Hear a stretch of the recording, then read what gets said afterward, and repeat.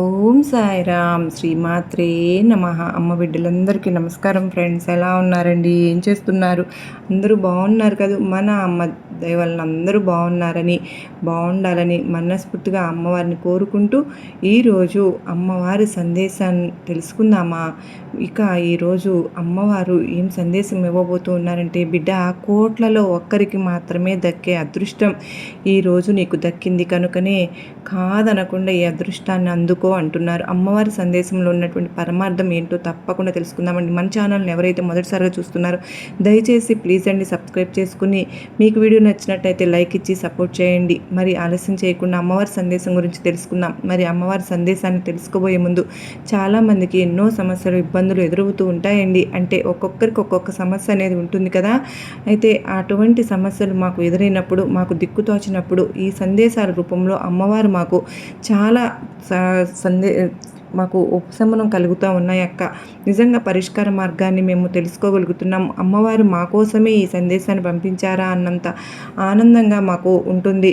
మీకు ధన్యవాదములు అని చెప్పి నేను కూడా మీకు కూడా ధన్యవాదం తెలియజేసుకుంటున్నానండి, మీ హ్యాపీనెస్ని నాతో షేర్ చేసుకుంటున్నందుకు. ఇక ఇప్పుడు అమ్మవారి సందేశం గురించి తెలుసుకుందామా?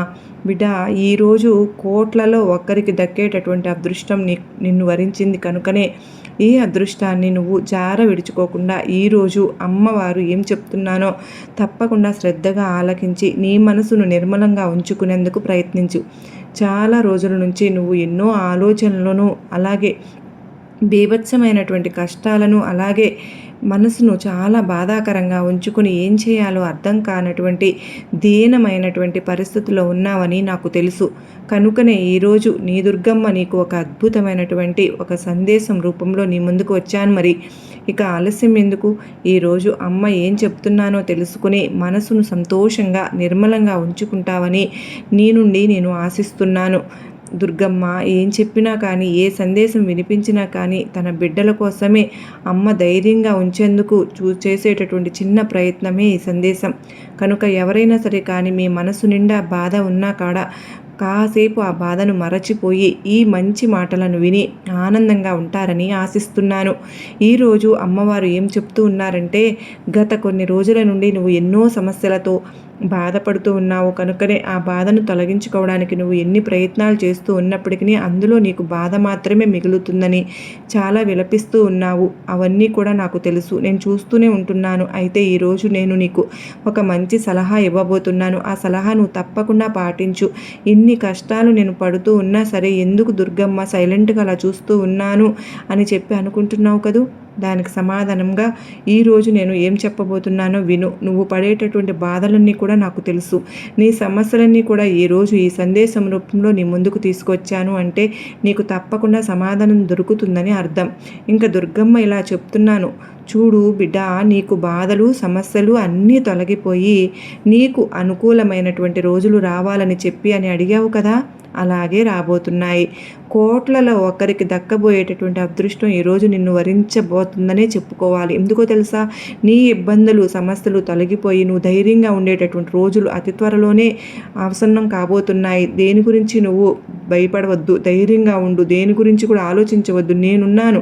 ఈరోజు నువ్వు నిజంగా అదృష్టవంతురాలివని చెప్పుకోవాలి. నీకు ఎంత మంచి శుభవార్తను అందించబోతున్నానో నువ్వు తెలుసుకుంటే నిజంగా నీ జీవితంలో ఇంత మంచి శుభవార్తను, ఇంత మంచి జీవితాన్ని నాకు నువ్వు అందేలా చేస్తున్నావు దుర్గమ్మ అని చెప్పి ఆశ్చర్యపోతావు. కనుక ఈరోజు నీకోసం నేను మంచి శుభవార్తను ఇంతగా తీసుకొచ్చాను అంటే దాని వెనక ఏదో ఒక పరమార్థం అయితే ఉంటుంది కదా. నీకు రావలసినటువంటి రుణబాధలు, ఆర్థికపరమైనటువంటి సమస్యలు, అలాగే నీకు ఏదైతే అప్పు తీసుకుని నీకు ఇవ్వకుండా బాధ పెడుతూ ఉన్నారో అటువంటి వారు తప్పకుండా నీ ధనాన్ని నీకు తిరిగి ఇచ్చేస్తారు. ధన ప్రాప్తి నీకు కలిగిస్తాను. అలాగే కొంతమంది నిన్ను బాధ పెట్టిన వారి తప్పు తెలుసుకుని వారే తిరిగి నీకు ఏదో ఒక విధంగా సహాయం చేసే విధంగా, లేదంటే వారి తప్పును సరిదిద్దుకునే విధంగా నేను చేస్తాను. వారి తప్పుకు తప్పకుండా శిక్షణ అయితే అనుభవించేలాగా చేస్తాను. నువ్వు వారిని పట్టించుకోవద్దు. నీకు ఏదో ఒక మార్గం ధనప్రాప్తి అనేది నేను ఏర్పాటు చేస్తాను. కనుక అతి కొద్ది రోజుల్లో నీకు ఉన్నటువంటి ఆర్థిక పరమైనటువంటి ఇబ్బందులు, అప్పులు అన్నీ కూడా తీరిపోయేలాగా చేస్తాను. నీకున్నటువంటి బాధలన్నీ కూడా ఒక్కొక్కటిగా నీ నుండి వెళ్ళిపోతాయి. నువ్వు కోరినవి నీకు తప్పకుండా అందుబాటులోకి వస్తాయి. అవన్నీ ఇవ్వడానికి నేను సిద్ధంగా ఉన్నాను. నేను ఎప్పుడు కూడా నీతో సిద్ధంగా ఉంటూనే ఉంటాను. నీ వెనుకే ఉండి నిన్ను నడిపిస్తూ ఉంటాను. ప్రతిరోజు నేను నీకు ఒక అవకాశాన్ని కూడా ఇస్తూ ఉంటున్నాను. కానీ నువ్వే ఆ అవకాశాన్ని గుర్తించుకోవడం లేదు. మరి ఆ అవకాశాన్ని ఈసారైనా నీ దగ్గరకు వచ్చినప్పుడు గుర్తించి జాగ్రత్తగా ఆ అవకాశాన్ని నువ్వు ఉపయోగించుకుంటావని అనుకుంటున్నాను. నువ్వు కోరుకున్నటువంటి మార్పులు నీ జీవితంలో నువ్వు చూడాలి అంటే ఏదైనా సరే చిన్న అవకాశమా పెద్ద అవకాశమా అనేది చూడకుండా నీకు నచ్చినటువంటి పనిని నువ్వు ఎంచుకుని ఆ పనిలో చిన్న విజయమైనా సరే సాధించు. తరువాత ఆ విజయమే నీకు మరింత ఎక్కువగా నీకు అన్ని విధాలుగా ప్రతి ఒక్కటి తెలిసి వచ్చేలాగా చేస్తుంది. తరువాత నువ్వు సులభంగా నీకు కావలసినవన్నీ కూడా నువ్వు అందిపుచ్చుకోవచ్చు. అలాగే నీ జీవితం అంతా కూడా ఇప్పటి వరకు నిరాశ నిస్పృహలతో ఉండేది కదా, ఎప్పటికీ కూడా సంతోషంగా ఉండలేనేమో అని చెప్పి అనుకున్నావు. కానీ నీ సంతోషం అనేది ఎలా ఉంటుందో నువ్వే చూస్తావు. నీ జీవితం ఎవరూ కూడా ఊహించని విధంగా మలుపు తిరుగుతుంది. అంటే నిజమేనా, వీళ్ళేనా ఇలా మారిపోయారు, వీళ్ళ జీవితం ఏంటి ఇంత బ్రహ్మాండంగా ఉంది, ఏం జరిగింది, ఇంతలో ఏదో ఆశ్చర్యంగా వీరి జీవితం ఇంత మంచిగా మారిపోవడానికి కలిగినటువంటి కారణం ఏమిటి అని చెప్పి నిన్ను ఎవరైతే అవహేళన చేశారో, ఎవరైతే నిన్ను చేదరించుకున్నారో, ఎక్కడైతే నిన్ను వారందరూ ముక్కును వేలేసుకునేలాగా నీ జీవితం అద్భుతంగా ఉంటుంది. నీ కష్టాలన్నీ కూడా, నీ బాధలన్నీ కూడా నా దగ్గర శరణు వేడుకుంటున్నాయి. ఇక నువ్వు ఎప్పుడు కూడా ఆ కష్టాల దరిదాపులకు కూడా రావు. అంటే వచ్చినప్పటికి కూడా అవి నిన్ను సమస్యలుగా వెళ్ళిపోతాయి. కానీ నిన్ను మరింతగా ఇబ్బందికి గురి చేసేలా ఏ సమస్య ఉండదు. ఈ దుర్గమ్మను నువ్వు నమ్ముకున్నావు. ఎంత సంతోషకరమైనటువంటి జీవితాన్ని అయితే రావాలి, అంతకు రెట్టింపు ఆనందాన్ని నీ జీవితంలో తప్పకుండా నింపుతాను. నన్ను నమ్ము.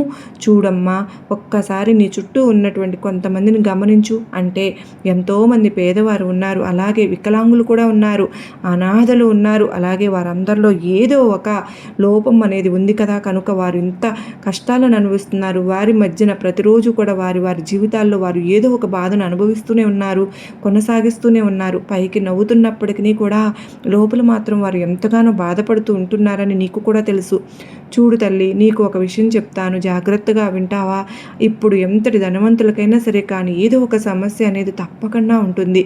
కనుక ఆ సమస్యను వారిలోనే పెట్టుకుని వారు ఏం చేస్తారు అంటే పైకి చూడడానికి నవ్వుతూ కనిపిస్తారు. కనుక ఈ విషయాన్ని గుర్తుపెట్టుకో. నువ్వు ఎప్పుడు కూడా పక్క వారితో అసలు పోల్చుకొనే వద్దు. అలాగే వారిలా నీ జీవితం ఉండాలని అసలు అనుకోనే వద్దు. రేపటి కర్మలకు నువ్వు పునాది వేసుకున్న దానివి అవుతావు. అర్థం కాలేదు కదూ? నువ్వు ఎప్పుడైతే ఎదుటి వ్యక్తులతో పోల్చుకోవడం మొదలు పెడతావో ఆ రోజు నుండి నీ సంతోషానికి నువ్వు కొంచెం కొంచెం కోల్పోవడంగా మొదలవుతుంది. ఇక వారికి ఉన్నది నీకు లేదని చెప్పి ఇలా ప్రతిరోజు కూడా అనుకుంటూ ఉండడం వల్ల నీకు బాధ మిగులుతుంది. నీ దగ్గర లేనివి ఎవరో ఒకరి దగ్గర ఖచ్చితంగా ఉంటాయి. కనుక ఈ విషయం పట్ల నువ్వు ఎందుకు ఆలోచించటం లేదు? నువ్వు పోల్చుకోవడం మొదలుపెట్టినప్పుడు ఈ ప్రపంచంలో చాలామంది కూడా నీతో ఉంటే సరిసమానులుగా నీకు కనిపించకపోవచ్చు, కానీ వారి దగ్గర ఉన్నవన్నీ కూడా నీ దగ్గర లేకపోవచ్చు. అలా ఉండాలంటే ఎలా చెప్పు? అందుకే నీకు ఏదైతే ప్రసాదిస్తున్నానో దానిని సంతృప్తి చెంది వచ్చినటువంటి అవకాశాన్ని ఈసారి జార విడుచుకోకుండా అందిపుచ్చుకుని, అది చిన్న అవకాశమైనా సరే పెద్ద అవకాశమైనా చూడకుండా ఒకేసారి పెద్ద విజయం అనేది ఎవరిని వరించదు. కనుక వచ్చినటువంటి అవకాశాన్ని నిన్ను వరిస్తుంది అంటే కారణం ముందు ముందు రోజుల్లో నువ్వు ఇంకా మరింత విజయాన్ని సాధిస్తావని. ఎంత ధనం ఉన్నా కడుపు నిండా తినేందుకు ఆరోగ్యం కూడా సహకరించాలి కదా. నువ్వు కూడా చాలామంది కష్టాలు ఉన్నా కూడా పైకి నవ్వుతూ ఉంటారు. కనుక అటువంటి వారు సంతోషంగా, కొంతమంది అంటే రకరకాలుగా ఆనందంగా సరైనటువంటి తిండి నిద్ర కూడా వారికి ఉండదు. కనుక వారిలో లేనటువంటి ప్రత్యేకత నీలో ఉంది. కనుక నువ్వు సంతోషంగా నీ దగ్గర ఉన్న దాంట్లో ఆనందంగా నువ్వు జీవిస్తూ ఉండు. అలాగే ఎంత పెద్ద కష్టం వచ్చినా కానీ, ఎన్ని సమస్యలు వచ్చినా కానీ ఓర్చుకుని ఇప్పటి వరకు వచ్చావు కదా. కనుక ఇక మీదట వచ్చేటటువంటి చిన్న చిన్న కష్టాలకు, సమస్యలకు పారిపోవద్దు. అసలు కష్టాలే రావు కదా అని చెప్పి దుర్గమ్మ అన్నానని చెప్పి మరలా తిరిగి నన్నే ప్రశ్నించవద్దు. కష్టం అనేది లేకుండా ఏ మనిషి జీవితము ఉండదు. ఆ కష్టం అనేది మీతో పెద్ద సమస్యగా మిమ్మల్ని బాధ పెట్టినప్పుడే భగవంతుని అప్పుడు నువ్వు నిందించాలి. నువ్వు నమ్ముకున్నటువంటి భగవంతుడు ఎప్పుడు కూడా నీకు అన్యాయం చేయలేదు. కనుక ఎక్కడైనా సమస్యల గురించి, కష్టాల గురించి, నీకు లేని వాటి గురించి ఆలోచించకుండా నీకు దక్కవలసింది ఏదైనా కానీ దక్కే తీరుతుంది అని చెప్పి గుర్తుపెట్టుకో. ఒక్కొక్కసారి ఆలస్యం జరిగినా కూడా నీకంతా కూడా మంచే జరుగుతుంది. భగవంతుడు ఒక్కొక్కసారి ఆలస్యం చేసినా కూడా వారి జీవితంలో అత్యద్భుతమైనటువంటి ఆనందకరమైనటువంటి జీవితాన్నే పరిచయం చేస్తాను. మరి ఈరోజు దుర్గమ్మ చెప్పినటువంటి సందేశంలో ఉన్నటువంటి పరమార్థం మీ అందరికీ కూడా నచ్చింది కదూ, ధైర్యంగా గొప్ప నమ్మకాన్ని కలిగించింది కదూ, మీకు అమ్మవారి ఆశీర్వాదాలు లభించాయి కదూ. ఏదో ఒక విధంగా ఒక్కరినైనా సరే కానీ ఈ యొక్క సందేశం అనేది సెట్ అయ్యిందని అనుకుంటున్నాను. మరి అమ్మవారి సందేశంలో ఉన్నటువంటి ఈ ప్రతి ఒక్క మాటలు కూడా మీకు నచ్చితే మరికొంతమందికి షేర్ చేయండి. తిరిగి మరలా మరో అమ్మవారి సందేశంతో కలుసుకుందాం.